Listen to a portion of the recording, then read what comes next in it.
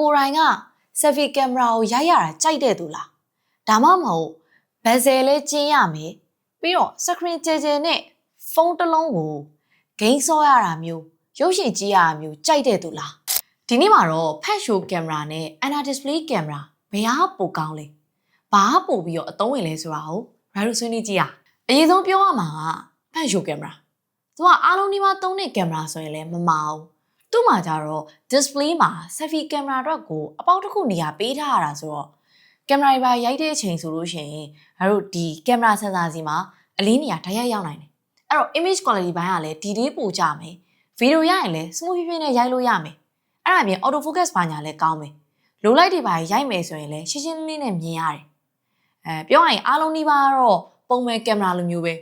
ဒါမဲ့ full screen design စစ်ကိုရကျင်တဲ့ user တွေအတွက်ကြတော့ကင်မရာအပေါက်ကြီးကိုမြင်နေရတာဟာညှိဝေးစရာကောင်းနေပြီအဲ့မှာပဲ Ana display ကင်မရာတွေကရွေးချယ်စရာတခုဖြစ်လာတာအခုနောက်ဆုံးထွက်ထားတဲ့ Redmi 11 series ဆိုလို့ရှိရင်လည်း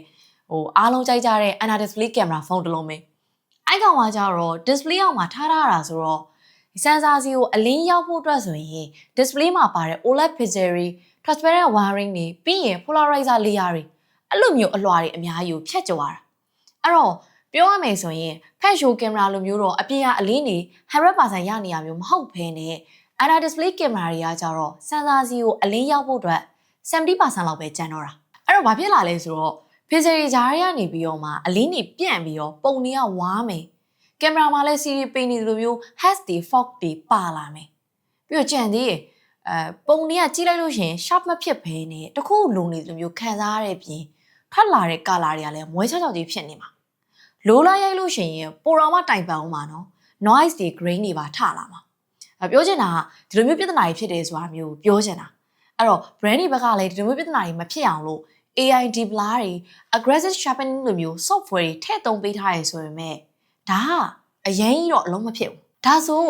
ဒီလောက်တောင်မှ downside ဖြစ်နေရတာလူတွေဘာကြောင့်မလို့ကြိုက်ကြရလဲဆိုတော့ hole တွေ notch တွေမပါဘဲနဲ့ဟိုဒီလိုမျိုး full screen experience ကိုခံစားရလို့အထူးသဖြင့် gamer တွေကပို့ပြီးတော့မှကြိုက်ကြတယ်